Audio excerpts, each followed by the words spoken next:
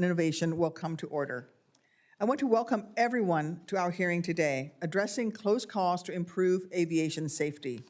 This may be the most important hearing we have all year, and I want to thank Chair Cantwell, Ranking Member Cruz, and Ranking Member Moran for their help in making this hearing happen. The near misses we've been seeing recently are not normal. They are a warning that our aviation system is under stress. And today, we will have an opportunity to hear from several key stakeholders about why we are experiencing so many near misses and what we need to do to increase our safety margins. We will hear from National Transportation Safety Chairwoman Jennifer Homendy, FAA Air Traffic Organization Chief Operating Officer Tim Arell, National Air Traffic Controller Association President Rich Santa, Airline Pilots Association President Captain Jason Ambrosi, and former FAA Administrator Randy Babbitt. While disagreements tend to garner more coverage than compromise, it's worth noting that I remain proud of the bipartisan FAA Reauthorization Act that we introduced together, and I remain committed to finding a path forward to passage.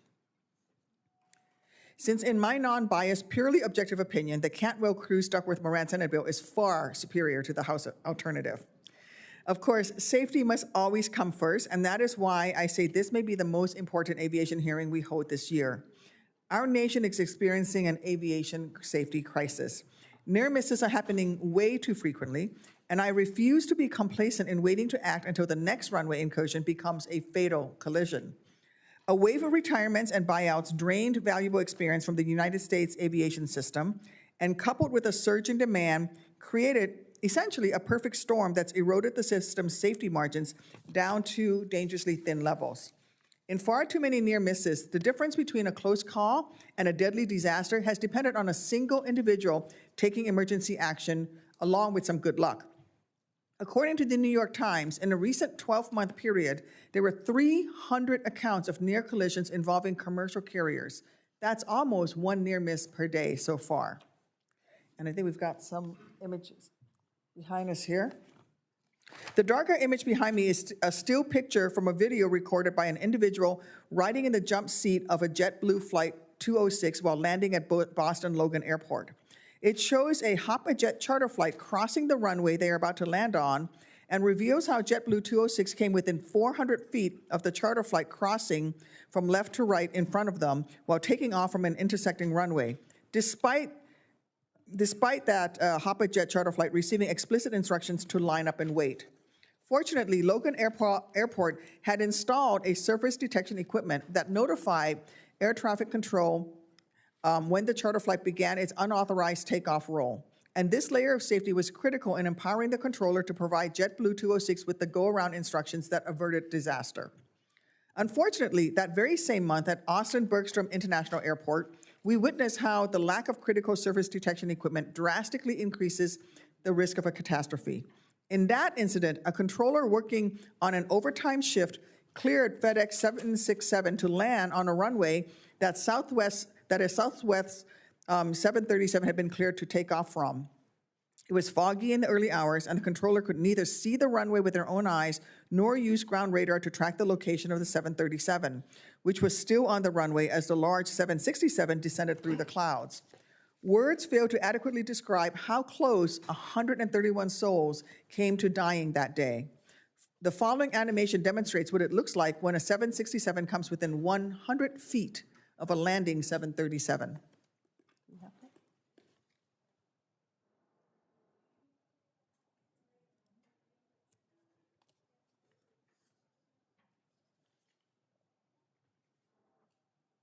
Here it comes. These two aircraft came within 100 feet of another. And ATC did not see how close those came, and it was the pilot who called for the go-around and initiated his own go-around and told the other aircraft that he notified the other aircraft that they almost came in contact with one another, and the air traffic controller never saw it. But the air traffic controller also was on an overtime shift. Unfortunately, the near misses keep happening. Last month, an Alaska Airlines flight executive An Alaska Airlines flight executing a go-round in Portland, Oregon, veered into the flight path of a SkyWest flight taking off from a parallel runway.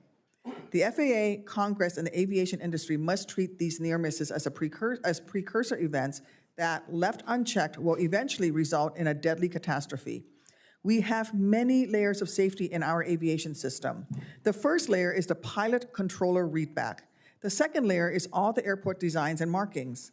Next is the runway safety lights that turn red when the runway is active, alerting a crossing pilot to not cross. In ideal situations, the fourth layer is a ground radar tool. And of course, the last line of defense lies with the flight crew, especially the captain and first officer. Despite multiple layers of safety, far too many near misses have come down to the last line of defense. And bottom line, a system that repeatedly forces pilots into taking emergency evasive actions to save lives is either a broken system or one that is overwhelmed by new risks.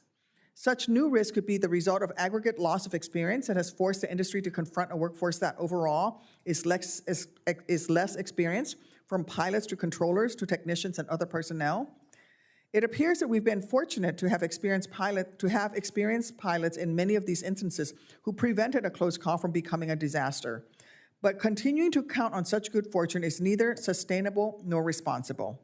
I hope we'll hear more about this from our witnesses, but one thing we already know, now is not the time to weaken or water down the post-Kogan era safety system. Now is the time to strengthen it.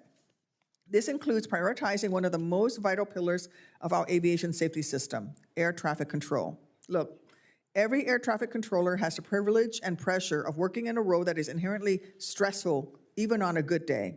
But that reality is no excuse for our current status quo, which forces controllers to regularly work 60-hour weeks because an estimated 99% of airports are understaffed, in addition to many airports lacking important runway safety technology. As both a pilot and a passenger, I refuse to accept a status quo that places the lives of our constituents in the hands of civil servants who are overworked and utterly exhausted. More than a decade ago, the FAA established a new pilot rest and crew less rule. This action aligned with the growing body of knowledge demonstrating that optimizing human performance requires optimizing rest and recovery. And when it comes to optimizing performance, the stakes could not be higher for ATC.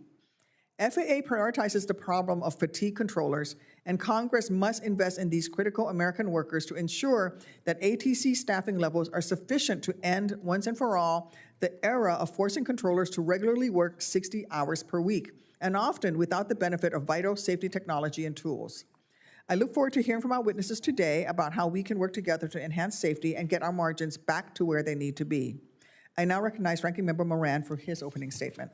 Chair Duckworth, thank you very much. Thank you for convening this hearing. Thank you for your cooperation and working with me and others to see that this subcommittee and this full committee accomplishes its task in regard to aviation.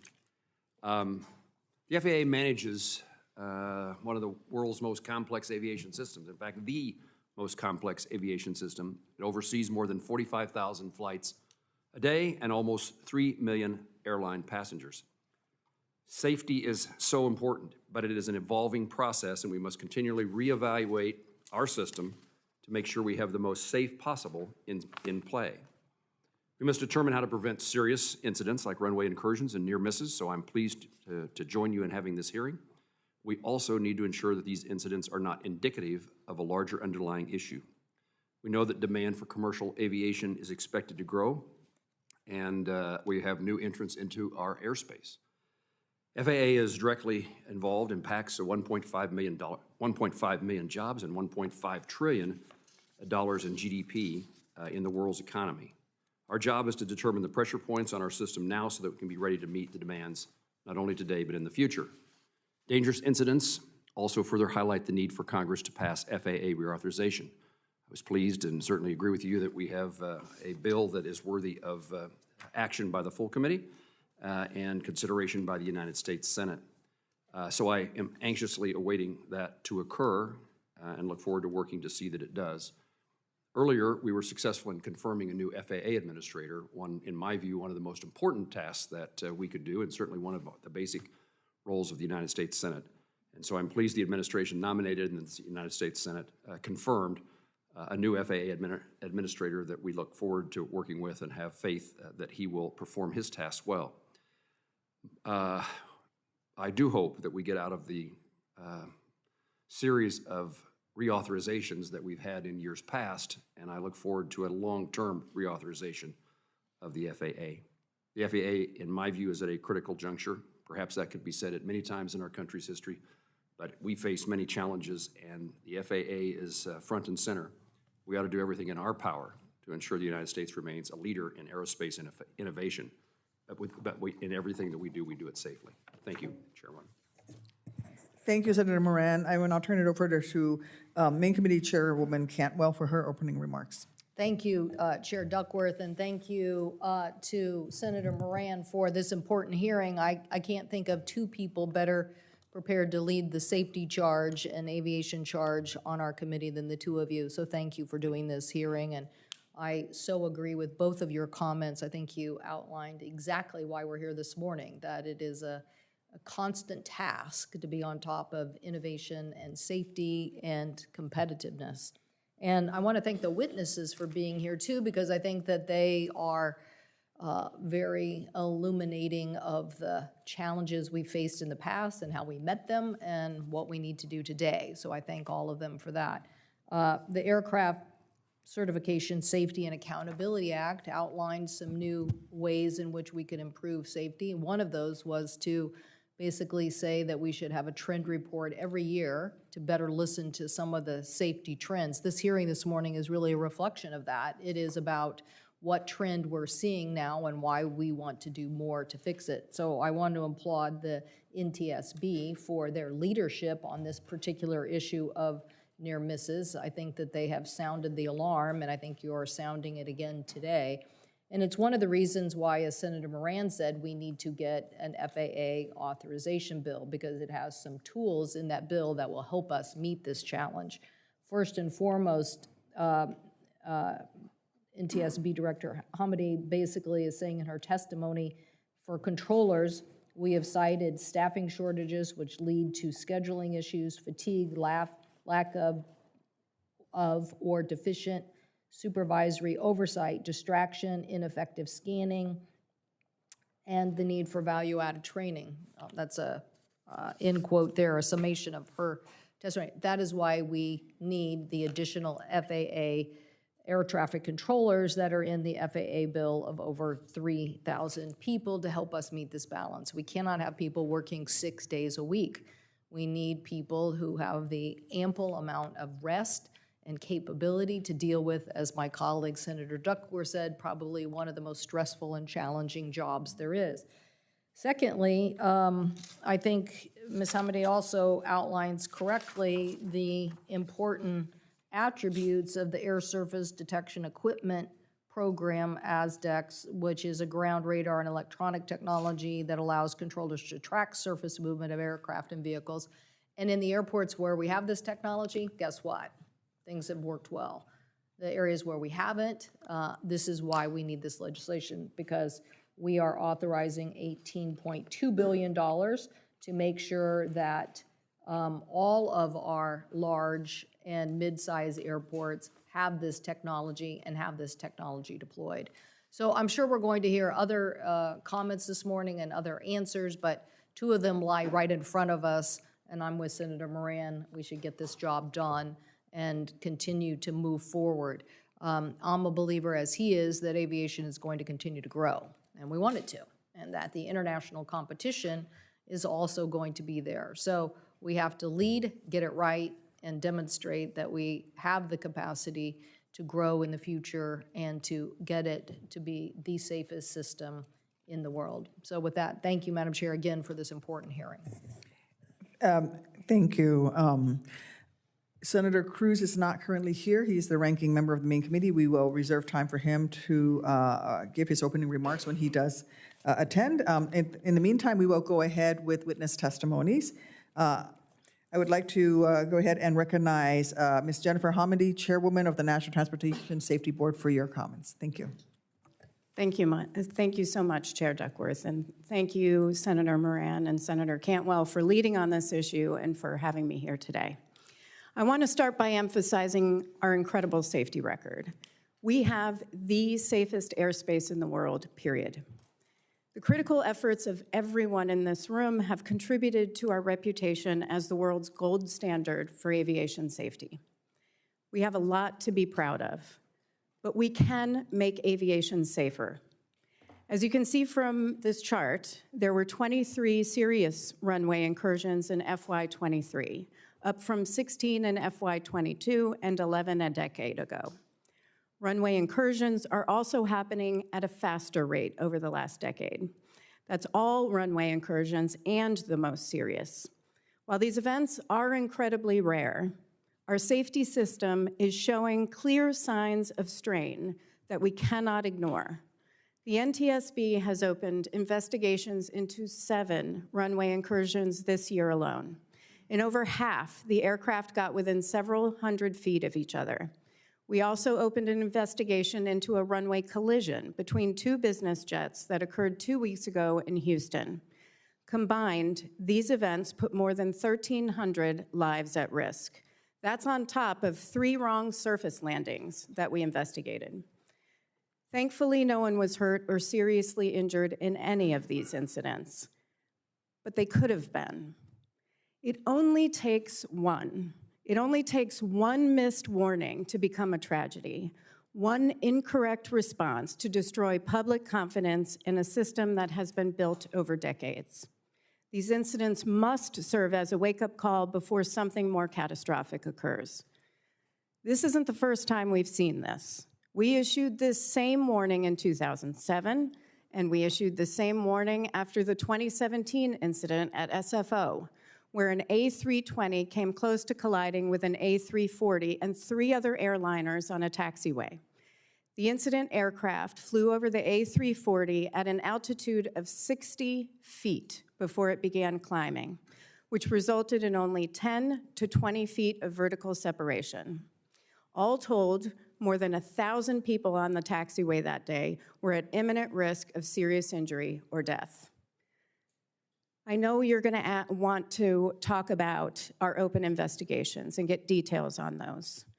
The NTSB is incredibly careful to gather all the facts and evidence around an incident before drawing conclusions or making safety recommendations.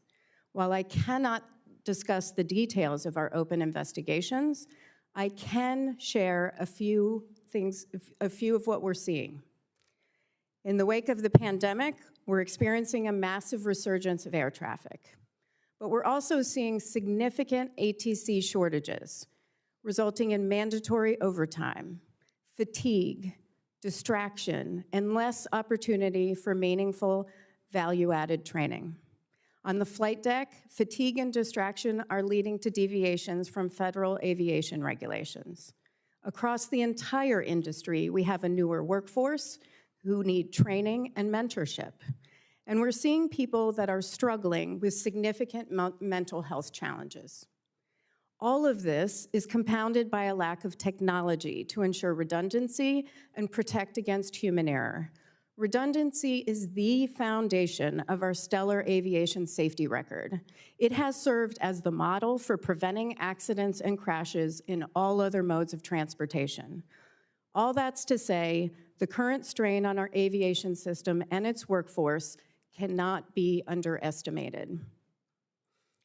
Before I close, I want to thank all of you for being staunch supporters of the NTSB. But now I need your help. The NTSB needs the resources to carry out our vital safety mission. We received $145 million in the President's FY24 budget, which is included in the House mark. The Senate is at $134.3 million.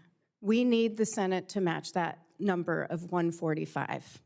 Our agency's staffing and funding levels have remained somewhat stagnant since 1997.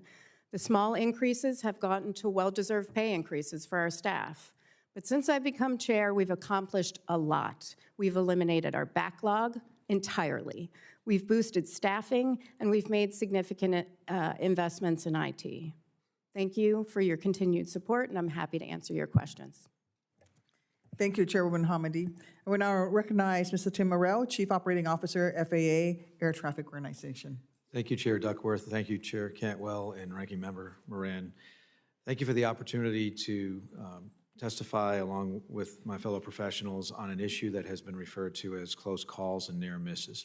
I appreciate you holding this hearing, for your continued oversight, because transparency and a commitment to a continuous improvement are keys to improving aviation safety. You're familiar with the statistics. The U.S. aviation system, as Chair Hamady said, is the safest in the world. There's not been a fatal crash involving a major U.S. airline since 2009, but in my 38 years of public service dedicated to aviation safety, I've come to understand that safety isn't a number or a static place. It is a journey of continuous improvement, eliminating risk before it becomes a statistic. Any significant event, whether isolated or indicative of a trend, is a concern and one we don't take lightly. One close call is one too many.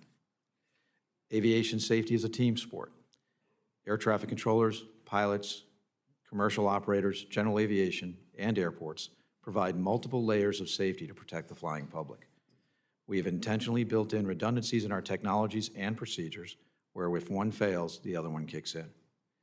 Let me stress, the level of safety we currently have is only possible because of transparency and constant collaboration between the FAA and the users of the National Airspace System. At the FAA, we are proud of our proactive safety culture, which means we value and encourage the sharing of data and safety information amongst the agency, industry, and labor to reduce risk, to learn from each other, and to collaboratively develop mitigations. The bottom line is that sharing and exchanging safety information makes us safer and stronger. In fiscal year 2023, there were approximately 54.5 million takeoffs and landings in the U.S., and there were 1,756 total runway incursions. It's important to note, as the NTSB has highlighted, the number of most serious runway incursions, those where a collision was narrowly avoided or there was significant potential for a collision, what we call categories A's and B's, was a total of 23. And back to my point about transparency, all this information is available to the public. However, even though significant runway incursions were only 1.3% of the total number of operations, any number is unacceptable. And we are earnestly pursuing the elimination of all significant safety events in the system. Our goal is 0 significant safety events. Transparent and collaborative reporting revealed an uptick in the most significant events early, and the FAA immediately responded through the administrator's call to action and other initiatives. A safety summit that was held in March of 2023 brought together more than 200 safety leaders from across the aviation industry, including labor representatives from NACA, ALPA, and PASS, to discuss ways to enhance flight safety. NTSB Chair Hamady spoke there as well, and that's where we committed to a goal of 0 significant safety events. This is the same collaborative approach that was used to virtually eliminate the risk of fatalities aboard U.S. commercial airlines. The FAA has held a number of surface safety summits with individual users of our national airspace system, such as general aviation, air carriers, business aviation, and airport operators. We hear a lot about technology solutions, and those are certainly key. We are fast-tracking technologies to address specific safety concerns on the airport surface and are deploying a surface awareness technology at those locations that currently do not have a surface surveillance system. The trend overall is going down, but it's not enough. As I stressed at the beginning of my testimony, while we're proud of our safety culture and the progress we have made, we do not have the luxury of complacency. We are optimistic that our ongoing work in collaboration with industry and labor will continue to lead to greater safety improvements. The FAA will remain vigilant and continue collaborating with everyone that utilizes the National Airspace System to enhance safety with a goal of eliminating significant safety events. Going forward, 0 has to be the only acceptable number. Thank you again for the chance to speak on this critical issue, and I look forward to answering your questions. Thank you, Ms. Arell. I now recognize Mr. Rich Santa, President, National Air Traffic Controller Association, for 5 minutes. Chair Duckworth, Ranking Member Moran, Chair Cantwell, thank you for this opportunity to testify today. The most important action Congress can take for the safety of the national airspace system would be to pass a long-term, comprehensive FAA reauthorization bill before the end of this year that directs the FAA to adopt a controller staffing target that has been developed by the Collaborative Resource Work Group as the basis for the FAA's controller workforce plan, and to maximize controller hiring for the duration of that bill. There are over 1,000 fewer controllers today than there were a decade ago. Continuing to follow the same flawed model that the FAA utilizes after more than a decade of missed hiring goals and missed staffing projections will continue this downward trend. A new approach is desperately needed. The FAA must adopt the updated and more accurate operational staffing targets that were jointly developed by the Collaborative Resource Work Group. They were developed by a team comprised of the FAA's Air Traffic Organization and NACA, and FAA MITRE Corporation Center for Advanced Aviation System Development verified and validated that group's work. The facility staffing targets that the FAA utilizes today in our facilities were developed almost a decade ago. It's beyond time to update them.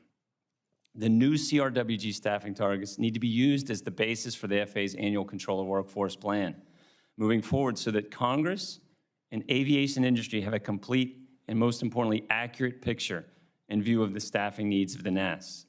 We appreciate the Commerce Committee's inclusion of the CRWG staffing targets in its draft reauthorization bill.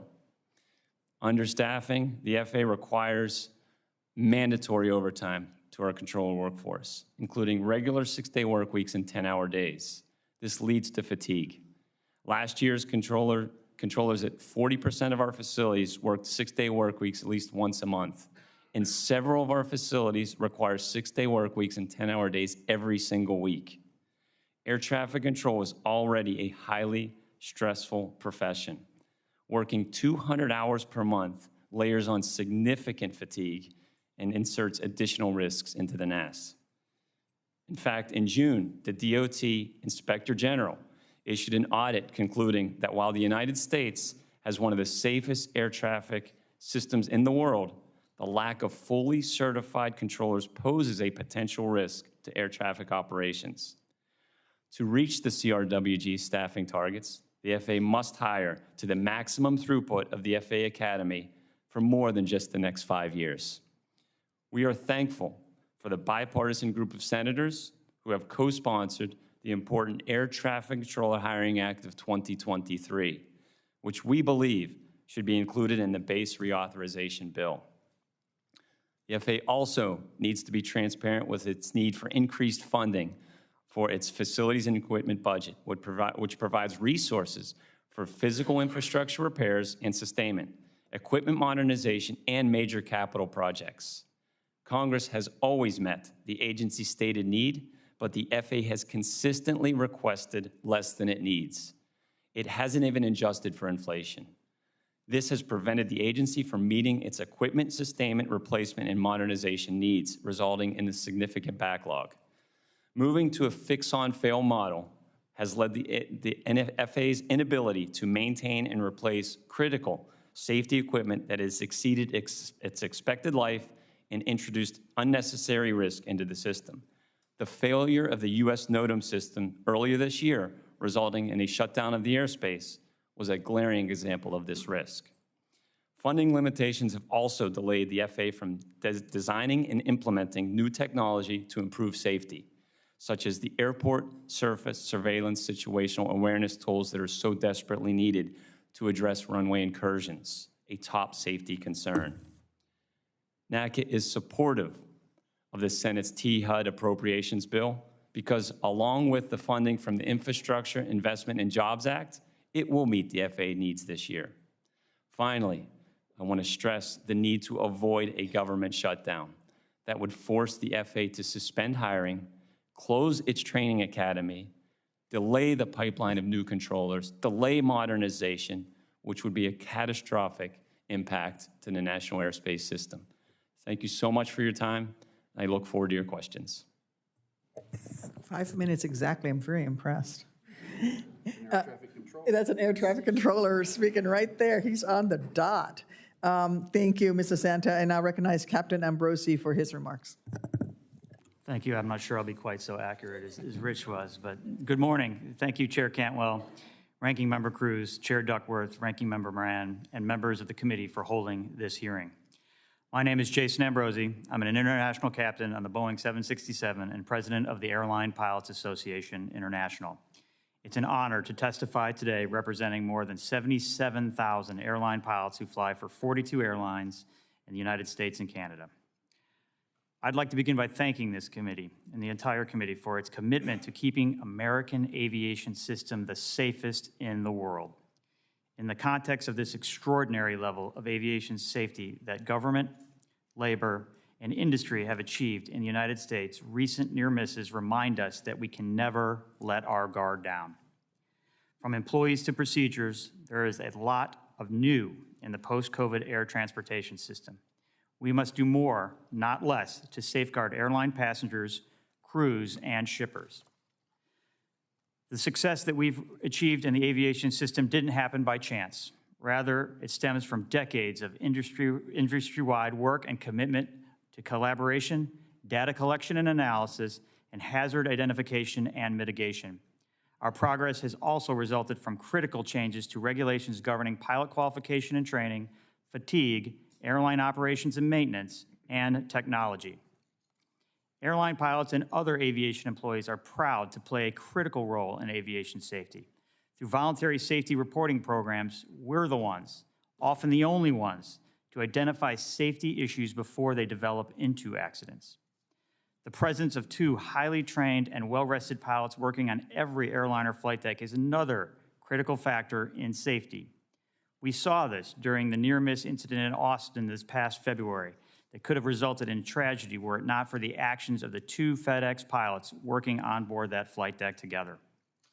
Such incidents make it clear that with demand returning more quickly than some anticipated, this is no time to reduce safety. Rather, these events compel us to strengthen safety through data collection efforts such as the Commercial Aviation Safety Team and technologies like NextGen. More work can and must be done to prevent near misses and other incidents. ALPA is calling for expanding the capabilities at more U.S. airports in areas including flight profile optimization, STARS remote surveillance displays, ADS-B out equipage, and next-gen equipage. ALPA strongly supports doing more to advance next-gen to enhance pilots and air traffic controllers' ability to pinpoint the position of aircraft while in flight and on the ground. Moving next-gen forward will not only help prevent near misses and enhance safety, but it will also improve traffic management and aircraft utilization, reduce flight delays, cut aviation emissions, and contribute to airline profitability. We commend the U.S. government for investing $26 million in new funding to install or replace legacy aviation systems with new technology to ensure that pilots and controllers benefit from the state-of-the-art runway, surveillance, and information. And we support the White House request for additional funding to extend these safety improvements to more U.S. airports. ALPA is committed to ensuring that all U.S. airports benefit from the same high level of safety regardless of size or location. This committee's bipartisan FAA Reauthorization Act of 2023 included provisions to enhance safety and prevent near-miss incidents. We thank you for your focus on these important safety advancements. Recently, there has understandably been heightened awareness of aviation workers' mental health. No one is more committed than ALPA to ensuring that airline pilots are fit for duty and have the support that they and all of us need when facing challenges. In 2024, ALPA will mark its 50th year of developing and implementing programs that support pilot mental health. Our work has set the standard for the global airline industry and is even used by other industries and countries. However, we as an industry must do more. We applaud this committee for addressing this issue in your 2023 reauthorization bill. This is a good start, and we stand ready to work with any stakeholder to make improvements in this critical area. Thanks to this committee and its commitment to collaborating with labor and other aviation stakeholders, U.S. air travel is extraordinarily safe. ALPA pilots are dedicated to protecting this nation's global leadership and moving forward to advance safety in our skies. Thank you. Not bad. Only, he had an extra 4 seconds. I now recognize former FAA Administrator Randy Babbitt. Thank you. Thank you, Chair Duckworth and Chair Cantwell and Vice Chair Moran. Thank you for having me here today. I'm pleased to be speaking today with you, with folks from the FAA, the NTSB, and labor in general. And I was pleased to lead the FAA and ALPA in the past. I was a commercial airline pilot for a number of years. As ALPA president, I worked back in the day with Administrator Hinson to launch the FAA's Aviation Safety Action Program. We also secured one level of safety, and that's when we moved Part 135 operations and their regulations to comply with 121 operations. We all, at that point in time, we also required each of our ALPA pilot groups to establish and embrace professional standards. And as President Obama's FAA administrator, I worked with the FAA safety professionals, which had been, we updated the pilot rest rules, which had been on the NTSB's most wanted list for about 2 decades, so we got that done. We worked with carriers to implement the Aviation Safety Information Analysis and Sharing System. We advanced work with a commercial aviation safety team, CAST, which reported in 2008 that the risk in fatal commercial accidents had been reduced by 83%. And all that work was done in conjunction and working together with all the parties. However, in mid-2009, I testified before this very committee after a tragic accident. And knowing we must do more to enhance aviation safety, I instituted a call to action urging unions to focus on professionalism and professional standards committees. We asked the carriers to adopt voluntary safety and data sharing programs. Data, when shared and acted upon without fear and no retribution, is what makes us safe. And this remains critical, as it's clear that what got us here today is not a guarantee will take us into the future. A lack of accidents today is simply not a good predictor of future accidents. Our environment is changing, and recent close calls and incursions are symptoms of strain. And I highly urge a strong refocus on professionalism, eliminating complacency if it can, and boosting crew resource management throughout our operations. And as our operating environment evolves, the training of our professionals has to advance with it. Flight simulators can be used in structured training courses to accurately recreate the experience of flight operations and a fully immersive experience, forcing pilots to encounter aircraft malfunctions, rare events like rapid decompressions, emergency descents, high-speed rejected takeoffs, dual engine failures, severe icing conditions, flight control malfunctions, full stalls, and doing all of this without placing any lives in danger. Simulators also present the opportunity to incorporate actual accident and incident scenarios into training. Pilots should experience the factors that led to the accidents and learn how to successfully recover so that such accidents never happen again. The tools are here. It's backed by substantial data, and yet there's a hesitation to act. But the FOCA rule was never meant to be static. The Safety Act clearly directs that proper, quote, supplemental training may be used to offset flight time requirements when doing so brings us to a higher level of safety. And as knowledge and training techniques progress, additional training credit should be well used to improve, excuse me, both safety and skills. The FAA has followed up with 2 aviation rulemaking committees comprised of experts from across aviation, including ALPA, and the members of both ARCs have unanimously supported supplemental training and recommended a curriculum to replace simple flight hours with advanced training and mentoring. This guidance has not been implemented, and in my opinion, it should be. I'm not alone in saying this. Our current administrator has urged the adoption of modern training techniques like simulation. And earlier, I joined with 8 former FAA administrators and 2 former ALPA presidents, I happen to be in both buckets, to urge the adoption of tested and trusted new technologies to strengthen air safety. We said in that letter, if scenario-based simulator training was a routine part of gaining 1,500 hours required for an ATP, we could require updating training and expose the kind of scenarios that have led to the recent rash of runway incursions and near misses.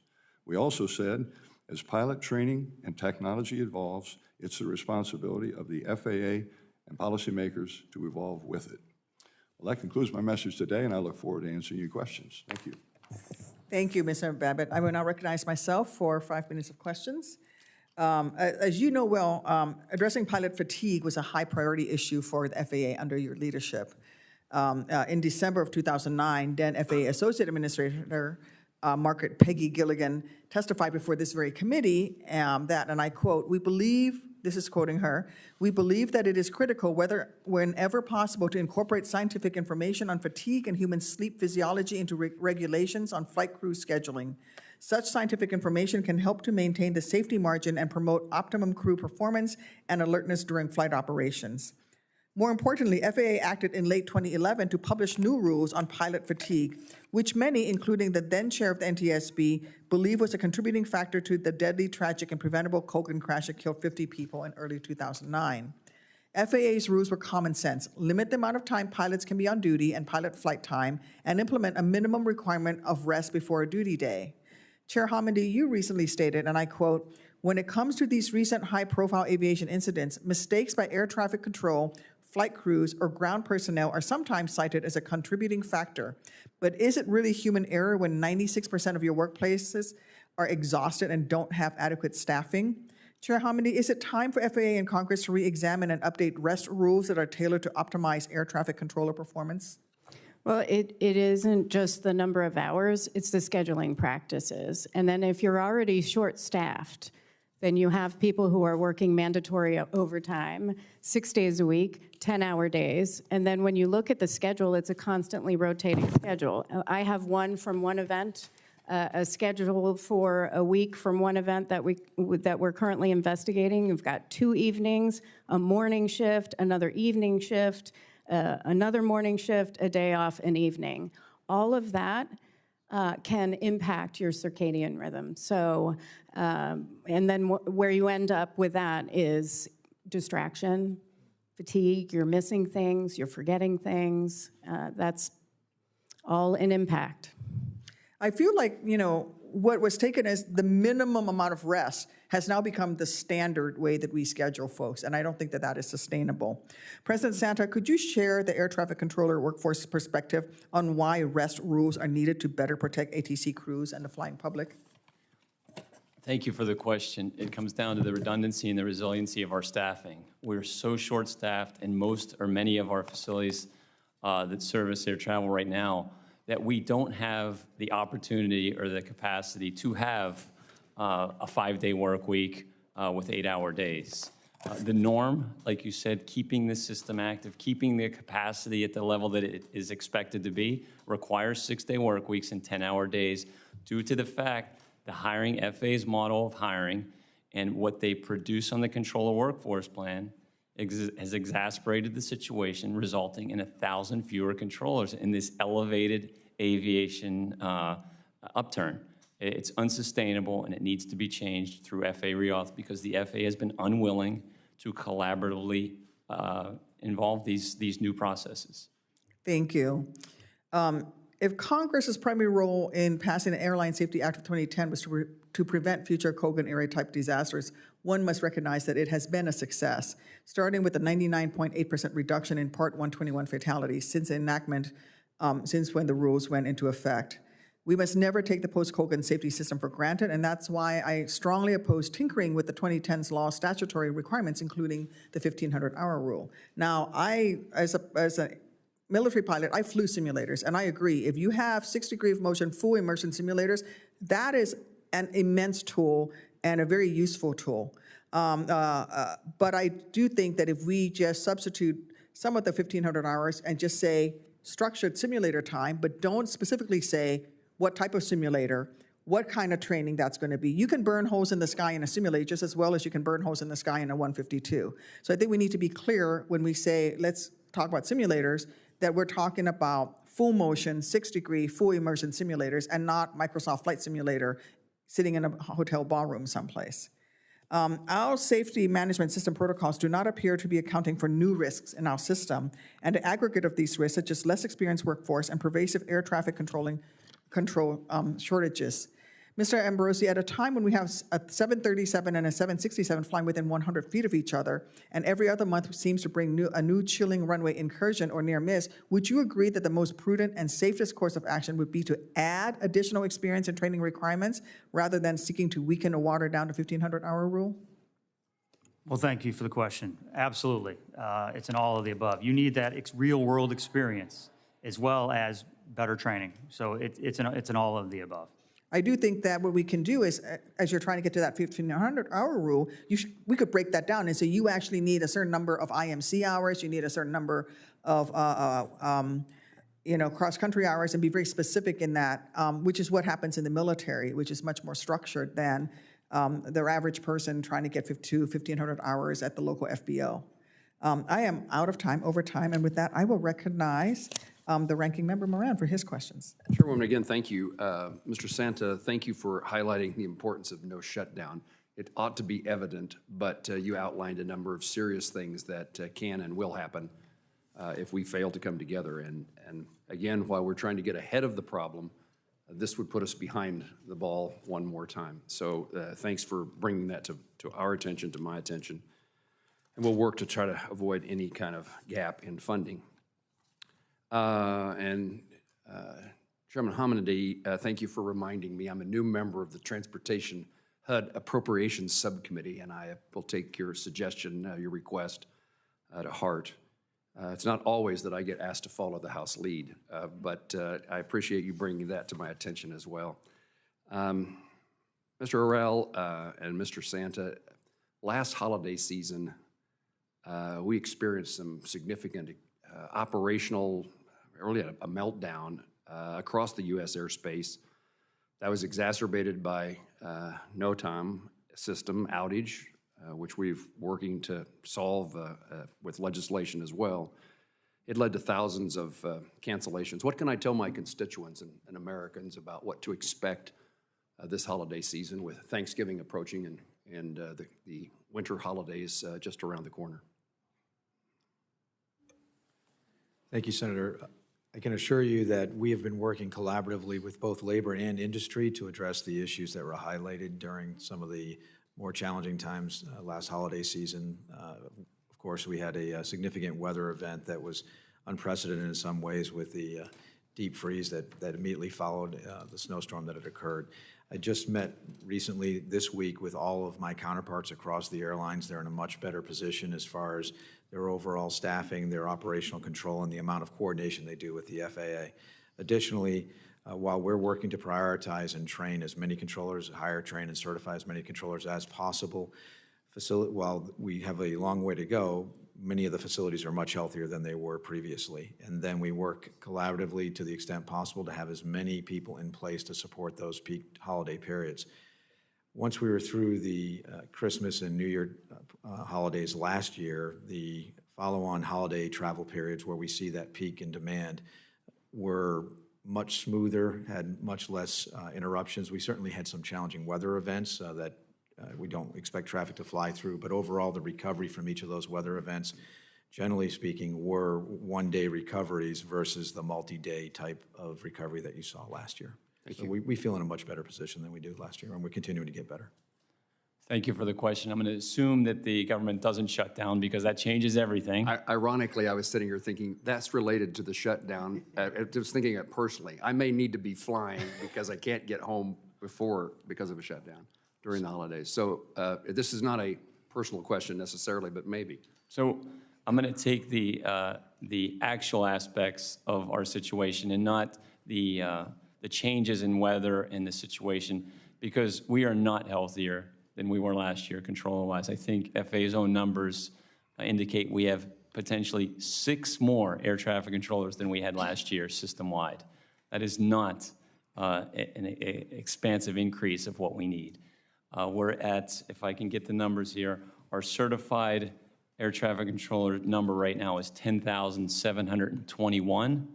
Using their decade-old number, we should be at 13,097.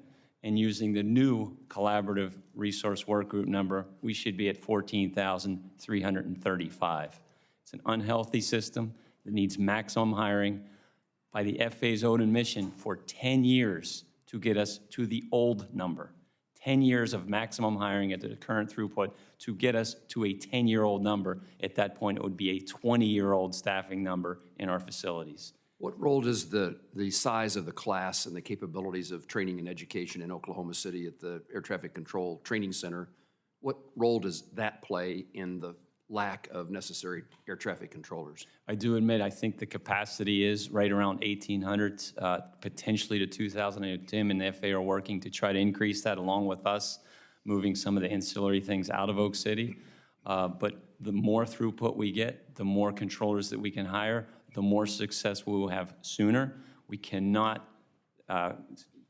unqualify the standards or the professionalism or the expectation that when you certify in a facility, you're capable in doing this most challenging profession at the highest level. So challenging, but more throughput is needed. Without changing the qualifications, there's nothing wrong. In fact, it's very helpful to increase the size of the class. Absolutely. If we can increase the throughput without changing the qualifications, it's much needed. Thank you.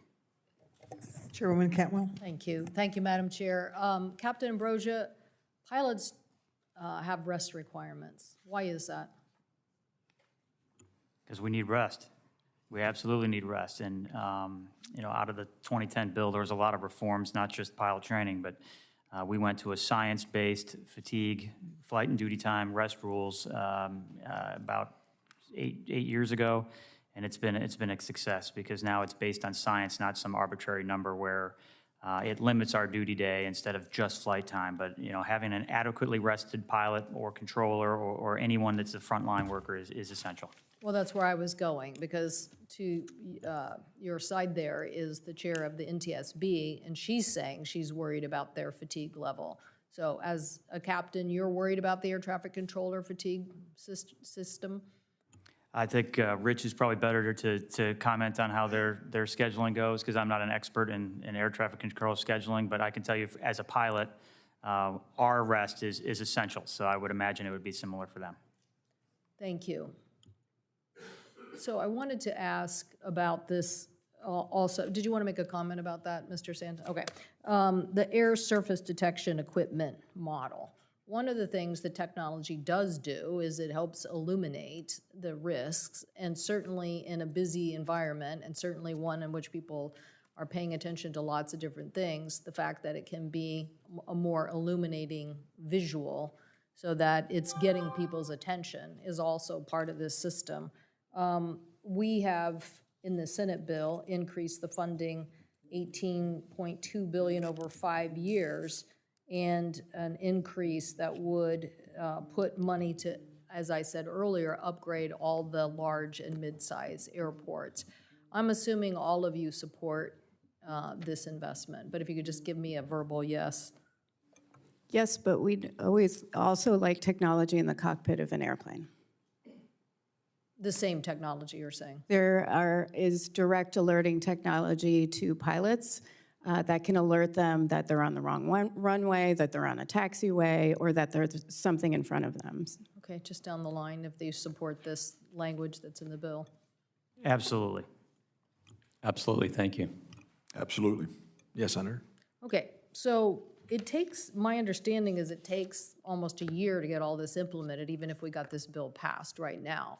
So I'm assuming, Chairwoman Hamady, that you think this is something we should work with in dispatch to get this technology deployed as soon as possible. Absolutely. It has prevented some almost accidents, and so we need the technology. Again, we need technology for air traffic controllers, but we also need technology in the cockpit of airplanes.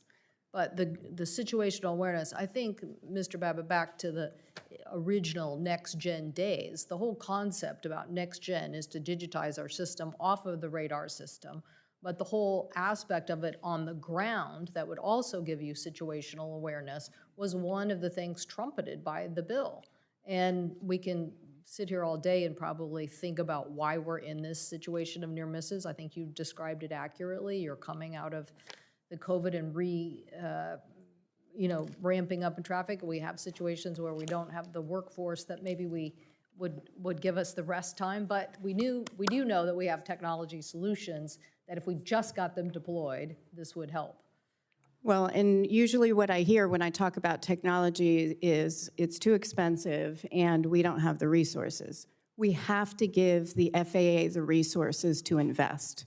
They need those resources. So we are strongly supportive of giving them the funding that they need to succeed at their jobs. Thank you. Thank you, Madam Chair. Thank you, Chairwoman Cantwell. Next to speak will be Senator Sinema, recognized for 5 minutes. She's via remote.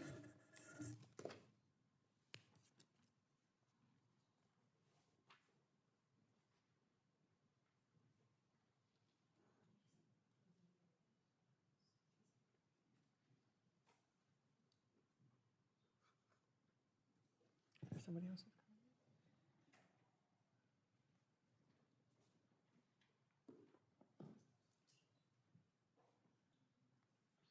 We can move on to the next senator who's waiting to speak and come back to Senator Sinema when she's available.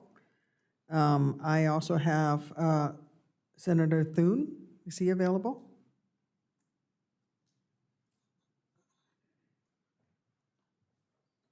We're running all over the Capitol today, all of us in and out, so. Madam Chair, can you hear me? Now I can. Senator Sinema, you're recognized for 5 minutes. Wonderful. Thank you. I apologize for the technical difficulties. Thank you to each of our witnesses for joining us today. Aviation safety is the FAA's mission, and I have long stated that the United States needs to remain the gold standard of aviation safety. To continue to set that gold standard, we need to continue to utilize all the tools available to us and hold hearings like this one to discuss opportunities to advance aviation safety. I appreciate the committee's emphasis on not simply maintaining safety, but innovating to improve our national airspace. The number of near misses makes it clear that now is the time to act to improve safety. It's unacceptable to wait for a tragedy to force us into action. We've heard a lot today about how essential simulator technology is for training air traffic controllers because it allows hands-on training for emergencies and unforeseen events without endangering actual aircraft. In fact, the FAA specifically called for updating simulator technology for air traffic controllers in response to recent near misses. We should all have this same desire to use the most advanced technologies to update our pilot training rules. And we should make sure that the 1,500 hours of pilot training provides the best and most practical training available in order to maximize safety. Administrator Babbitt, you joined each of our other Senate-confirmed FAA administrators since 1997 and 2 former ALPA presidents in a letter arguing that advanced flight simulator technology is required to ensure the best training outcomes. Your testimony today reiterates the need for training to evolve with technology. Can you explain why modern advanced flight simulators are essential to modern pilot training, including the unique ability to practice avoiding near misses and dealing with other emergencies? Well, thank you for the question. And yes, I think it's incredibly important. I think what you have in modern simulation today is the ability to recreate or repeat events that have already happened. You can put people in situations that you would never put them in a real airplane. You would not take an airplane into heavy icing conditions. You would not do but you can do things. You could simulate, for example, a clearance that clearly was a conflict and you have to abort. Show the pilot how that happens. What happened? What went wrong? Did anybody learn something from this? Let's not do it again. And those are the types of things that immersive simulation can do. And we have the capacity to actually have controllers control airplanes on radar scopes and in simulators together so they can practice these things. And I think it's a terrific advantage. I think it enhances safety greatly. If you've already seen a maneuver 2 or 3 times and know what what got you into it and how to properly get out of it, I think that's a great benefit. Well, thank you. Mayor Chair Homendy, has the NTSB ever made a safety recommendation to the FAA based on a relationship between an exact number of hours spent flying an aircraft versus using other kinds of structured training programs? No, Senator, we have not. Thank you. Now, Chair Homendy, do you agree with each of the former FAA administrators and Administrator Whitaker that based on your experience at the NTSB, incorporating the most advanced simulator technology into structured pilot training programs may play a role in improving safety outcomes? Yes, there is a role for technology. What doesn't exist is the safety data to show how much sim time and how much actual flying time is the right amount. Thank you. Now, Mr. Santa, as discussed here today, air traffic control staffing is an integral component of our safety in our national airspace. I understand the FAA has the authority for direct hiring of individuals into en route and terminal facilities from FAA certified colleges and academies, such as Arizona State and Embry-Riddle Tech universities. Now, I could do this by reviving the Collegiate Training Initiative, or CTI program. You yourself went from the community college of Beaver County through CTI and were directly hired into a chronically understaffed facility. Do you think the FAA should establish a program like this to direct hire into facilities to supplement the staffing of our facilities across the country? Thank you for the question. It would certainly be valuable to increase the throughput and subsidize the academy, but as I said before, the standards can't be lessened by those schools, and the oversight needs to be maintained. Thank you. And my last question, Mr. Santa, today at most airports, controllers still use paper flight strips to keep track of flights. I've actually seen it myself in Arizona. The FAA's Terminal Flight Data Manager Program, or TFDM, is modernizing the system and will increase controllers' situational awareness to allow them to better handle fluctuations in traffic volume and changing weather. Unfortunately, due to budget constraints, the FAA recently reduced the number of airports that receive this important technology from 89 down to 49, including removing 4 airports in my home state of Arizona. Could you talk about how TFDM reduces operational safety risk by increasing controllers' heads-up time, and why controllers at all these airports will benefit from TFDM? It's not only TFDM, but it's all modernization is stalled, and every tool and every implementation of new collaboratively determined technology helps our controllers with separation, surface surveillance, management of traffic and capacity. And my most recent data says it's down from 89 to 32 sites due to lack of funding. So it continues to attrit down due to lack of funding. Thank you, Madam Chair. Thank you, Senator Sinema. I now recognize Senator Klobuchar for her 5 minutes. Thank you very much. Thank you to all of you. We have I'm trying to get the video on here. There we go. We're in the middle of a big judiciary hearing, so I appreciate the ability to ask some questions via video. We have seen an alarming number of close call incidences on airport runways throughout the year.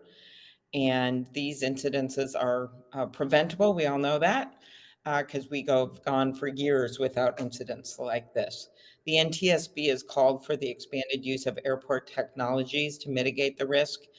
I have an amendment to the FAA bill to direct the FAA to issue recommendations on cockpit alerting technologies that directly alert crews and pilots of potential incursions to prevent these near misses.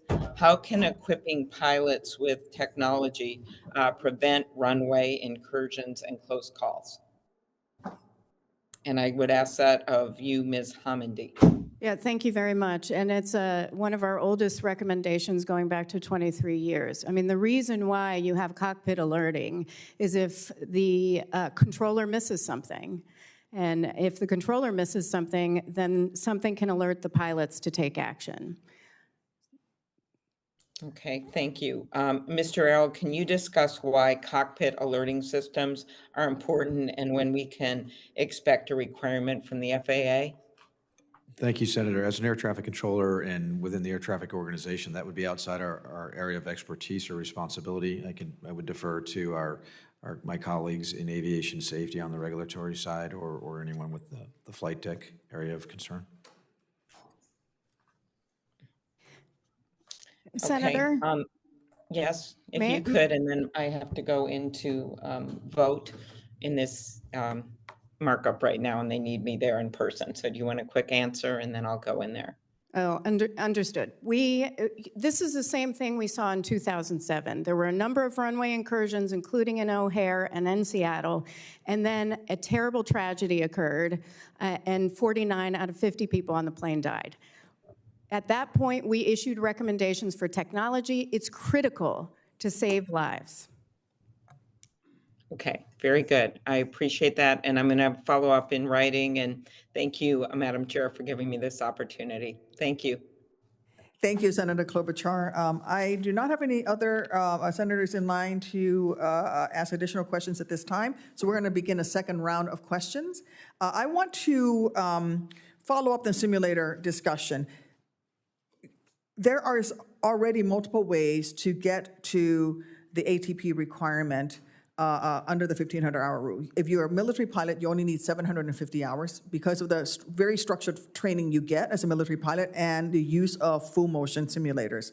If you graduate from a 4-year aviation school, many of which are very good ones in Kansas, by the way, for my ranking member, then you only need 1,000 hours because of that good structured training and the simulators that are used.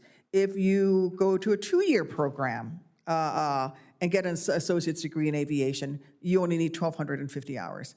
Where we are right now is this discussion on the 1,500-hour rule there's a difference in opinion of what exactly is a simulator. You can't just say structured flight training in a simulator will qualify you one-for-one, zero-sum game. Every hour you fly in a simulator, you can deduct an hour away from the 1,500-hour rule, especially if you don't define what type of simulator. And that is the key thing, because there's a hesitation to act because we know in industry, or at least in some carriers, they will fail to use simulator time effectively. Look no further than the Kogan incidents, where they have simulators, but in the NTSB's accident report from the Kogan incident, it was found that Kogan company training did not have part of their training syllabus for simulator training at the time of the accident, procedures for how to deal with the stick pusher system to overcome the icing condition. And they were never taught that, even though they had simulators. I think that if we're going to talk about simulators, then we need to specifically say full motion, full immersion, level D flight simulator. Mr. Ambrosi, rather than pitting simulator training against real-world flight hours, would ALPA support FAA establishing additional simulator training hours requirements that would ensure all ATP certificate holders, in addition to earning at least 1,500 flying in an aircraft, gain a minimum level experience training in level D full flight simulators that are equipped with software capable of accurately recreating flight conditions for the most daunting and dire emergency situations? The short answer is yes, but if I may, Congress and through the FAA 2010 bill has created the safest system out there. We have a 99.8% reduction, as you indicated earlier. So also in that bill, Congress had the foresight to say, if technology comes along, there's a process to look through it, as was testified earlier. So there needs to be no change to legislation. We're in the right place here. It's in all of the above.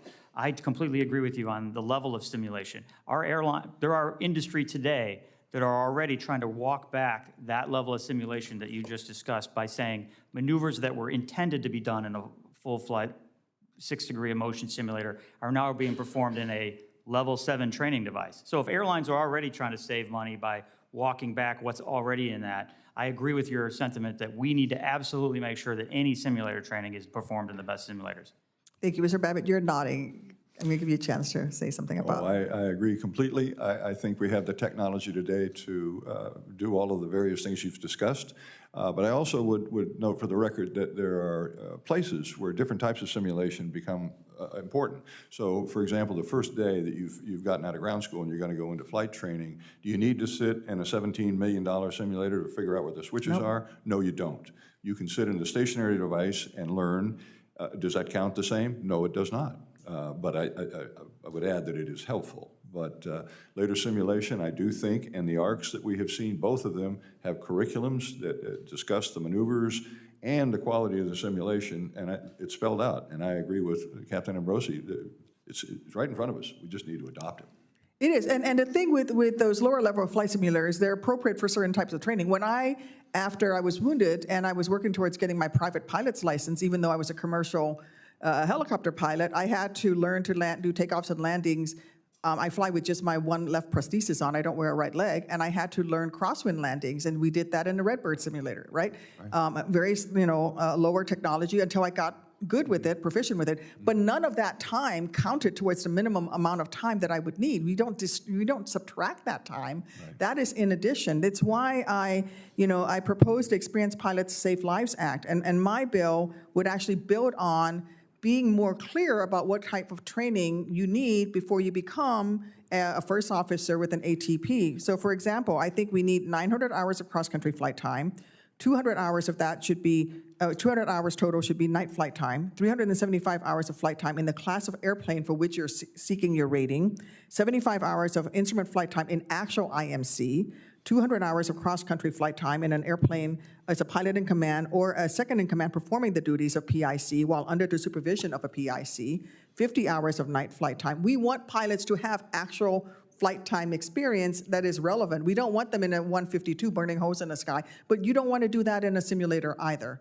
And I think that is part of the discussion we have to have here is how do we get to 1,500 hours? How do we get to that first officer's seat in that commercial airliner, whether it is a regional jet or a 737 or whatever that is, and we have to do that in a way that we put forward the best, safest pilots possible. And I am concerned that we're doing a one-for-one swap without clearly stating, a one-for-one swap in not 1,500 hours, without clearly stating exactly what type of simulator is being used and what type of training is being used. Scott Ambrosi, Mr. Babbitt, would you associate yourself with my assessment there? That it's important to be specific as to what type of simulator? I can tell you from industry, if you don't, or if you are not specific, they will go to the minimum. So we absolutely need to spell out exactly what needs to be done and what level of simulation and what structure needs to be to any training that you're referring. Because if not, if you leave it nebulous and ambivalent, X credit for who knows what, they will make it a race to the bottom. And I would agree. I think you have to be crystal clear on the quality of the simulation gets you so much. And as I mentioned earlier, the ARCs have defined some of the. But I think one of the things that everybody should remember with simulation, you're teaching a technique. Yes. This is how you do this, and you can do it without danger. And if you make a mistake, okay, so the simulator crashes, but nobody gets hurt. Yes. But you won't do it again. And so it's a technique training, and I think that you can't use that completely to say, well, that's all the flight time I need. No, that's not accurate either. But it's a great training tool. It's a great exposure. You've seen these things before. You've seen it in simulation, so you're prepared for it when it happens. Early pilot told me a long time ago, good pilot's never a surprise pilot. Thank you, Mr. Babbitt. I'm going to indulge further. I'm going to give you extra time, Mr. Moran. Mrs. Santa, I want to get back to this crew rest idea. We understand and base air crew rests on scientific methods, as Captain Ambrosi has mentioned, and that's really important.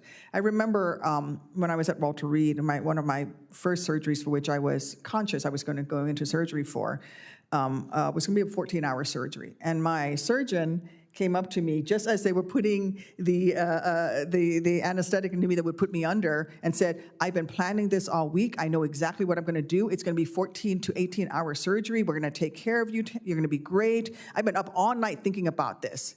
And just as I was about to go to sleep, the last thing I remember saying to him was like, did you get any sleep, doc? Because I would feel better knowing that you'd gotten some sleep. And so I want, Mrs. Santa, to give you time to talk about this rest issue, because I do believe that we've gone to a point with air traffic controllers, because there's such staffing shortages, because there's such demand, that we're going with the minimum rest required in order to give someone before they show up for work the next day. And that minimum should not become the standard.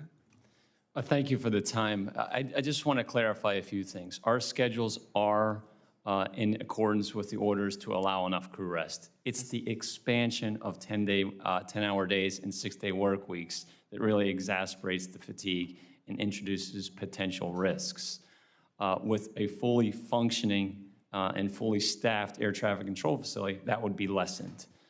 The FAA's chronic statement is we can get more productivity out of our controllers, and we need to change the schedules of our controllers. No, the answer is not continuing to burden us with more fatigue and continuing to burden us with more effort and work. It's hiring the right amount of controllers so that our facilities are not 70 and 60 and 80% staffed. It's untenable, and it needs to be corrected through hiring and not changing the standards. Thank you. Senator Cruz is recognized for 5 minutes. Thank you, Madam Chair. I'd like to start off with Mr. Errol. For the past decade, the FAA has met or nearly met its hiring goal for air traffic controllers. This year, the FAA hired 1,500 future controllers to go through the ATC Academy. Next year, that number will be 1,800. But 30% are likely to wash out. Add in retirements and other constraints, and how many controllers will we be at next year? Thank you, Senator. Repeat the question. How many controllers total we have or higher? I just want to How many will we be at next year? As we continue certified controllers, we expect to be over 11,000 certified controllers, making our way up. We intend to continue to hire at our maximum current rate of 1,800 or slightly better in the near future. So at this rate, it would take years for the FAA to hire enough controllers to meet the need, especially given that it is a multi-year process from initial hiring to becoming a fully certified controller. Would an additional ATC controller training facility help boost capacity and improve retention and performance of the workforce? Senator, one of the challenges that we have, or the greatest challenge, is not the physical space or the amount of the academy. It's the number of retired controllers, either military or FAA, that are available to provide instruction and are willing to locate to where the region where the academy may be. Some of the strategies that we're trying to explore is augmenting the training in our current Oklahoma City Academy for upper radar classes out to other federal facilities and freeing up that finite number of instructors that are available to provide that instruction to focus on new hires at the academy. So it's a delicate balance of trying to find the right qualified people to provide that training. Thank you very much. Chair Homendy, thank you for being here today and staying on the subject of air traffic controllers. An OIG report says 77% of critical ATC facilities are understaffed, with New York Terminal Radar Approach Control at 54%. Given that a majority of the critical ATC facilities are understaffed, are you concerned about the impact of that on safety of the airspace? Absolutely. I'm happy to continue. Please. Okay. I just Yes, wanted to be respectful of your time. Absolutely, I am worried about safety. What's happening from the staffing shortage is that air traffic controllers are being required to do mandatory overtime. And what happens with mandatory overtime? It ends up leading to fatigue and distraction, which is exactly what we're seeing as part of these incident investigations. And it all just comes down to the shortage of staffing. You recently said that, quote, the FAA's system for certifying pilots and mechanics hasn't kept up with the science around mental health, let alone modern attitudes, and called it an open secret that current rules incentivize pilots to lie about their mental health history or avoid seeking health.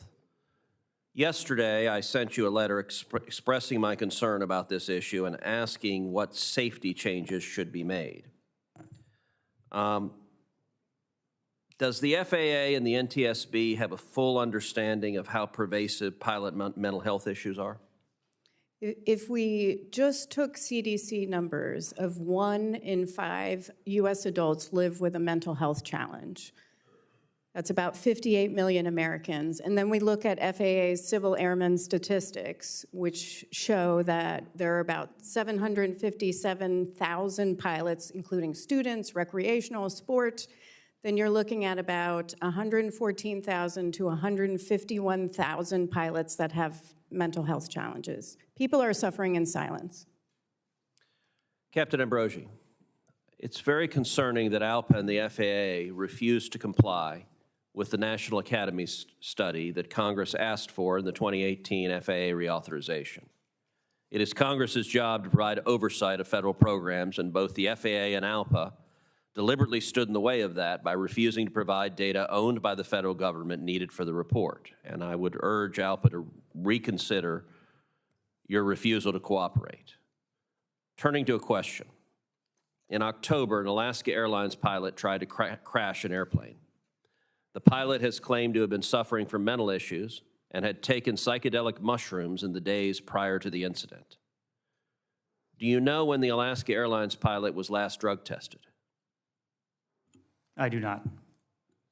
Does ALPA support additional drug testing requirements for pilots to make sure that they haven't been abusing substances before they fly? The ongoing drug testing program is reviewed regularly. I'm not an expert on the drug testing program, but pilots are one of the highest scrutinized professions out there. We go through regular drug testing, regular checks in training, line checks, line observations. So an extremely rare incident is this. I share your outrage at this specific incident. However, it calls for a panel to discuss mental health is what we should do. So why did ALPA refuse to cooperate with the National Academy study that Congress had mandated?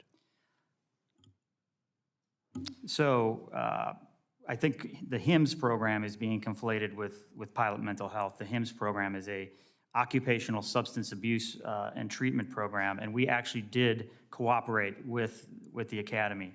However, as the study notes, ALPA is not the owner of that database. So I received your letter yesterday. I'm happy to do more research on it and reply in writing and meet with your team to discuss further by the deadline. Thank you. I appreciate that. Senator Thune. Thank you, Madam Chair. Let me just start by saying that the wider use of new technologies has and will continue to improve ATC and airport situational awareness. And I also see technology playing a crucial role in training more well-rounded and well-prepared airline pilots. As the number of incidents increases, the last thing this committee should do is remain complacent, which is why Senator Sinema and I offered an amendment to the Senate FAA reauthorization codifying the recommendations of the Air Carrier Training ARC to create a 2-month enhanced qualification program. This detailed course of instruction paired with advanced simulator training from seasoned airline pilots would expose trainees to the cockpits of the jets that they would actually be flying, and importantly, allow them to experience what it's like to handle challenging and dangerous situations in those cockpits. Mr. Babbitt, your bipartisan letter calling on Congress to expand the use of simulator training stated that, and I quote, requiring the repeated practice of the prevention of and recovery from myriad real-world accident scenarios in full-motion flight simulators will make better pilots, end quote. Could you elaborate on why the use of new simulator technologies is so crucial to training well-rounded pilots? Sure, and thank you for the question. I think the ability we have today with the modern simulation exposes pilots to situations that you simply wouldn't put them in. We killed a number of pilots in the past, accidents, practicing engine failures on takeoff in real airplanes. If it didn't go well, they died. And we learned from that, and we've now created scenarios. The other thing I think we get in the simulation world is the ability to put people in an environment, and I don't just mean in the airplane environment, I mean in the cockpit environment. You have 1,500 hours. Is any of that with another pilot? Are you always just a pilot in command? And the answer, you could be. Well, that's not what you're going to do when you go over to work as a commercial airline pilot. You're going to be in a crew situation. You need to understand crew resource management. You need to know what happens when the captain is suggesting something that you don't think is operationally correct. Have you learned how to deal with that? You do in a simulator. And so I think all of these lead us to much better trained. They've been exposed to many things that you simply won't get exposed to. Are you going to fly your light airplane into a heavy thunderstorm and hail? No, you're not twice. These do put us in situations where you can learn from it. Wow, we'll never do that again. I see what happened. I'll give myself as an example. In 1981, there was a tragic accident, wind shear, in Dallas-Fort Worth. Every airline pilot in this country had to go get an hour in the simulator because Airbus, Boeing, and the FAA together changed the technique to recover from stalls. Every pilot in this country had to go get an hour in the simulator, and I remember mine. They said, just shoot the approach and recover just like you knew how to do. And we did, and we crashed. They said, now we're going to use the new technique. We learned it, and it was great exposure. And we've learned so much. Wind shear is not the problem that it was back then. So I think simulation adds a huge layer of learning and expertise and coordination to the system and safety. Thank you. Ms. Holmandy, I fully recognize the value of cockpit experience, and I see time in real aircraft as an essential part of training airline pilots. Or I'm concerned that the rote accumulation, as Mr. Babbitt has noted, of flight hours doesn't provide trainees with adequate exposure to commercial aircraft or prepare them for the unexpected, potentially dangerous scenarios. Do you see a role for the enhanced use of new technologies, including advanced full flight simulators to improve exposure of prospective airline pilots to scenarios that they couldn't otherwise encounter in real aircraft? Yes, there is always a role for simulators as part of training, but the most realistic scenario-based training so that pilots become proficient. Okay, thank you. Let me just, if I could, Mr. Errol, during my time as chairman of this committee, we considered and enacted the FAA Reauthorization Act of 2018 and included prioritization of next-gen upgrades to bolster the nation's air traffic control system. These upgrades, in addition to employing concepts such as dynamic airspace management, will allow the United States to better utilize existing infrastructure, increasing the capacity and efficiency of the NAS. Recent ATC issues at airports across the country have certainly highlighted the need for modernization. From your perspective, what technology upgrades should be prioritized to avoid preventable incidents like those we've seen around the country? Thank you, Senator. Anything that it helps to increase situational awareness for everyone involved is a great technology improvement. And the agency is in the process of doing a technology sprint, launching 3 areas of technology, one around approach runway verification, which will be or is available in all of our approach control automation systems now and can be programmed locally to detect wrong surface landing. There's the runway incursion device that will be deployed in the next year to year and a half at over 70 towers to provide an audible and visual alarm to controllers if they were to clear someone for takeoff or landing on a runway that had been released for another activity. And then lastly, a surface awareness initiative that we've kicked off for rapid acquisition and hope to have in place at our first facility by June of '24 for commercially available services that provide situational awareness similar to what any pilot can bring into their aircraft now with an iPad, and they have good situational awareness of aircraft operating around. So anything that increases the sharing and real-time exchange of data between aircraft operators and air traffic controllers and provide that common situational awareness as well as safety logic is all helpful. Thank you. And Madam Chair, my time has expired, but I have some additional questions I'd like to submit for the record. Thank you. Without objection. Senator Hickenlooper? Thank you, Madam Chair. And thank all of you for being here. This certainly is a timely opportunity to make sure that we get not just senators educated, but the broader population of our country and the world. Mr. Arrow, let me start with you. The cost to build a traditional air traffic control tower can reach up to $20 million. For airports serving rural communities, this can be a real impediment. In Colorado, we have the Northern Colorado Regional Airport, which is actually going out and trying to build their own tower to attract new and reliable air service from airlines by making sure that they do install a remote tower project. So if approved by the FAA, this will, without question, grow the local economy.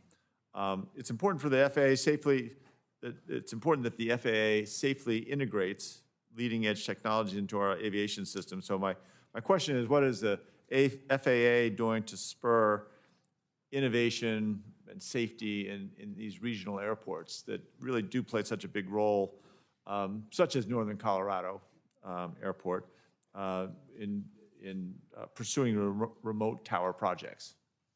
Thank you, Senator. My organization works closely with our NextGen organization as they explore remote tower technology, and certainly there's an opportunity there and some promise.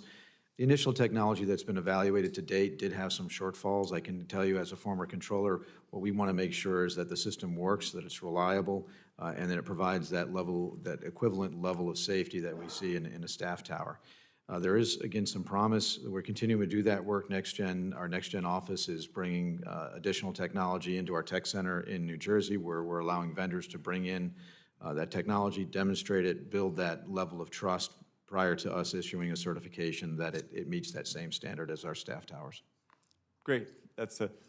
Anything I say, I've heard this, we're watching part of this from the office, the safety first is what pretty much the mantra that I expect in what we've been hearing. Ms. Hamady, these recent runway near misses, these incidents of close to catastrophic proportions have seemed to be increasing at an alarming rate. In September, DIA, Denver International Airport, opened a new taxiway that hopefully is going to eliminate what they call a hotspot, where aircraft volume has increased risks of unintended, or not unintended, but all of airspace collisions. The bipartisan infrastructure law continues to make strategic investments to improve airfield lighting, to modernize runways, taxi infrastructure, improve safety. Which effective project designs, which best practices does the NTSB recommend that airports should implement following these recent runway safety meetings that, I assume is happening nationwide?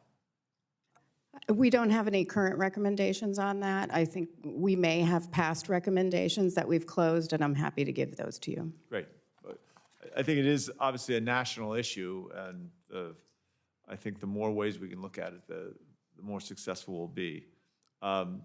Ambrosi, the Bureau of Labor Statistics estimates that there'll be a 13% increase in the need for pilots by 2030. Some people think that might be conservative. Obviously, aviation is a key part of our economy, job growth. It also affects a lot of other components and elements of our economy. Among the many pathways available for an aspiring student to become a certified pilot, airlines are also establishing dedicated academies. United Airlines has their Aviate Academy to further increase the training available to young pilots. Obviously, I think this increases safety. In Denver, we have Metropolitan State University, which is the first university in Colorado to be accredited by the FAA to offer a curriculum to aspiring pilots so that they can achieve a restricted air transport pilot certificate. And MSU is partnering with a number of affiliate flight schools in the communities in the greater metropolitan area. Would you describe the impact, or how would you describe, or could you describe, I know you can, could you describe the impact that accredited university programs like MSU's in Denver, that they have on on growing the pipeline of trained pilots? Absolutely. Thank you for the question. As you know, there's more than one pathway to getting that ATP, and having an academic program such as that, a 2-year degree gets you a 250-hour reduction. A 4-year degree gets you a 500-hour reduction, gets you that RATP, as you mentioned. That's because of advanced academics. So these pilots are learning more. They're getting this advanced academics, which is a credit towards the program. So it's a very good pipeline. The aviation schools such as that the pipeline's full. It's good to be a pilot right now, and people are coming to these schools in rapid fashion to be part of this occupation. So it's an essential part of what we do to get pilots in the pipeline. Great. Yeah, I was very impressed. We went through it and looked at what they were doing, and it was a great source of optimism. So anyway, thank you all for all the work you're doing to keep the skies safe. I yield back to the chair. Thank you. The incredibly patient Senator Markey. Yeah, thank you, Madam Chair, and thanks you for holding this incredibly important hearing. I share my colleagues' serious concerns about the recent series of near-miss incidents which have impacted my home state of Massachusetts as well. In late February, 2 planes nearly collided at Boston Logan Airport when one attempted to take off as another one was landing. And in March, the wings of 2 United Airlines planes clipped each other at Logan. Fortunately, no one was seriously hurt in these incidents, but passengers and flight crews are understandably worried about the safety of U.S. air travel. So, Chair Hamady, I understand that the National Transportation Safety Board investigated the near miss at Logan from February. Can you provide an update on that investigation? Yes, we issued a final report on that investigation, and the Hoppa flight pilot thought he heard that he could go forward. He was told to line up and wait, but he began his takeoff roll and said that, reported to us that he was not feeling well that day, and that possibly he was experiencing some things from the cold weather in Boston. And how do you correct that with that pilot? He misheard an instruction? Yeah, I mean, there has been a lot of fatigue, distraction, pilots mishearing instructions in all the investigations that we're conducting. I mean, the one thing that's good at your airport is you have ASDX. It's not the same in other airports. I say, and what does that mean? What's that additional? So ASDX alerts the controllers that there's an impending collision and can take action to prevent it. Yeah, should that be mandatory at all airports? I think it should be mandatory at the most, at least medium or large-sized airports, but right now it's at... Is that what saved us at Logan? Yeah. Yeah. So... That takes resources for the FAA. We need robust funding for the FAA, sustainable funding. Right. Yeah, but again, like when you're driving a car, if the driver makes a mistake, the airbag is still there as the backup. Exactly. It provides the safety net. And that's what FTX is. That's right. It's the airbag. It's the extra safety measure where there has been operator error. So I think that's something that we should absolutely be talking about. And I'm glad, again, I'm glad that NTSB is investigating these incidents. Now I'd like to turn to another threat to aviation safety, climate change, from increased turbulence in the sky to flooded runways. Climate change is already having serious consequences for our aviation system. Coastal airports, like in my home state of Massachusetts, are especially threatened by ocean level rise. Our airport is just on landfill in Boston Harbor, which is the second fastest warming body of water on Earth. That's how fast it's all warming there. As a Brookings report declared earlier this year, America's airports aren't ready for climate change. If we don't invest in climate resilience at our airports, we are in for a bumpy ride.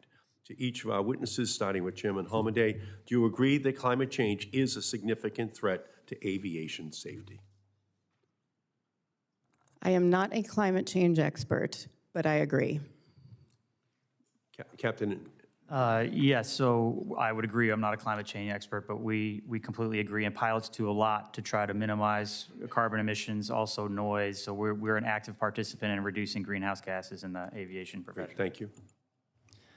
As an air traffic controller, it's really not impacted us at all. So personally, I believe that climate change has an impact, but as an air traffic controller, I can't say yes. Thank you. Yes, I think you're seeing more violent weather, which is not helpful. Also, the slowly rising temperatures, aircraft, a lot of people aren't aware, but as the temperature gets higher and higher, the aircraft needs longer runways. And so you're pushing the envelope there as well. Thank you. Yes, sir. Thank you, Senator. We certainly have seen a significant increase in severe weather throughout this last summer season, and we join you in supporting everything we can do to minimize the impacts of that.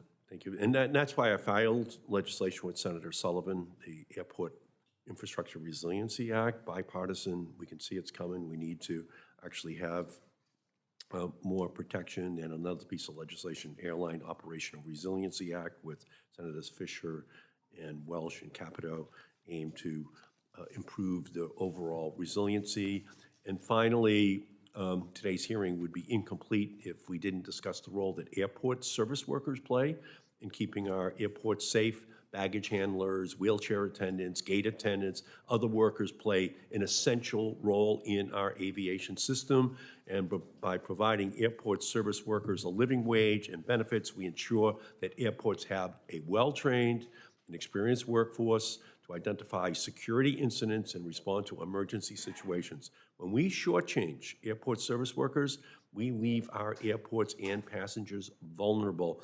Earlier this morning, I rallied with airport service workers, SEIU, and called on Congress to pass the Good Jobs for Good Airports Act. And that will ensure that these workers, these hidden figures at the airport who ensure that the planes can take off every day and safely, get fair wages, healthcare benefits, sick time, which they're not getting right now. And we have to make sure that all this federal money that we send to airports actually gets distributed in a way that's a lot more fair.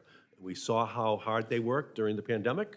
We saw the risks that they took for their health and their families in order to make the rest of us safe at those airports. And we just have to rectify that historic imbalance in terms of how much the airlines are profiting by the billions and how much these workers are still being left behind without the benefits they deserve. So I just want to raise that once again. And thank you, Madam Chair, for your great leadership. Thank you, Senator Markey. As we've heard today, there are many things that we can do to improve the safety of our aviation system in this country, which is the global leader in safety when it comes to commercial aviation operations. Today's hearing demonstrates that we must address the serious near misses we've seen recently with the utmost sense of urgency and to prevent future incidents. We've dealt with everything from workforce shortages for air traffic controllers to pilots to maintenance workers. And the pending FAA reauthorization legislation addresses this. In partnership with my ranking member, we have tripled the funding in this FAA reauthorization bill for pilots, for maintenance workers, for air traffic controllers, all of those programs. In the midst of this serious discussion, reducing the amount of aeronautical experience for pilots is the wrong idea at the wrong time. And I just want to reiterate the history of the 1,500-hour rule. It came about post-Colgan crash.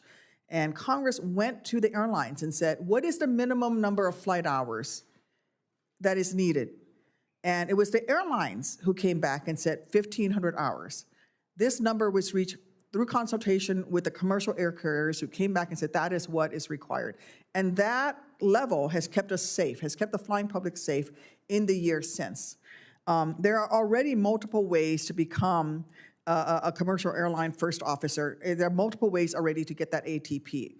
Not every pilot that ends up in a commercial airline as a first officer has 1,500 hours. You can be an airline, you can become a military pilot, 750 hours. You can go to a 4-year aeronautical program with a very structured training program, very rigorous program. You can do 1,000 hours.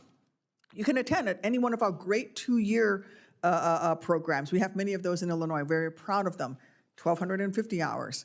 And then for those who don't go through any of those formal programs, who just go down to the local FBO and start learning to fly, and that is a very legitimate, valid way to work your way in, it's 1,500 hours.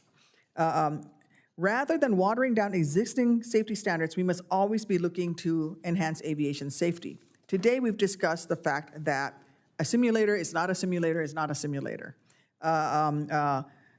We cannot forget that the United States can only lead in aviation if it leads to aviation, if it leads in aviation safety. And again, if we're going to be talking about simulators, we need to be clear what type of simulator we're talking about. Because as Captain Ambrosi says, if you just say structured training and don't define what that simulator is, there will be a race to the bottom by the airlines to go with the lowest level simulator, the cheapest level simulator possible. And that is not going to be beneficial to the flying public.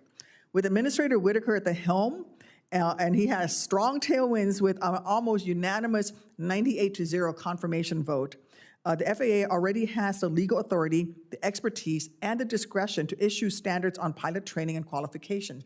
You can already do that. In fact, FAA's Aviation Rulemaking Committee is already looking at whether it is appropriate to create yet another pathway to becoming an airline pilot first officer with fewer than 1,500 hours. Again, we have the 4-year program, 1,250, 1,000 hours, 2-year program, 1,250, military pilots, 750, and the FAA is already looking and already has the authority to create yet another pathway. We have an administrator, we have safety experts at FAA, and a process to study this issue to see if changes are required. And if they are, the FAA can certainly act on that. I believe that we do not need any legislative change that could lower that safety bar if you're going to use language such as structured simulator training without defining what that simulator is. I don't think that preemptively reducing the 1,500 hours that was recommended by the airlines and has resulted in over 10 years of safe aviation operations is the way to go. Now, if you're going to do that, again, then we need to say, hey, if you're going to get a minimum level experience in a flight simulator, that needs to be a level D full flight simulator equipped with software capable of accurately recreating flight conditions for the most daunting and dire emergency operations. There are simulators for surgeons as well who can practice different surgeries without actually having to do it on the patient first. But I will paraphrase Captain Sullenberger, who said, if we have a doctor shortage and we have a surgeon shortage, The solution isn't to say, let's make medical school 2 years. The solution isn't to say, let's just have surgeons only do training on a surgery simulator and they don't actually have to operate on patients. That's not the solution. I don't think this is either extreme end. I'm just saying that if we're going to put in simulators and we're going to reduce the flying hour requirements for that first officer, then let's be clear about what we're substituting it with, and let's be precise about what we're substituting it with. Let's have a curriculum for what that is going to be. Again, you can fly hose in the sky in a simulator just as well as you can fly hose in the sky in a 152. I want to thank our witnesses for your participation today. The hearing record will remain open for 4 weeks until December 7th, 2023. Any senator that would like to submit questions for the record should do so 2 weeks from now by November 23rd. We ask that responses be returned to the committee by December 7th, 2023. And that concludes today's hearing. Thank you, everyone.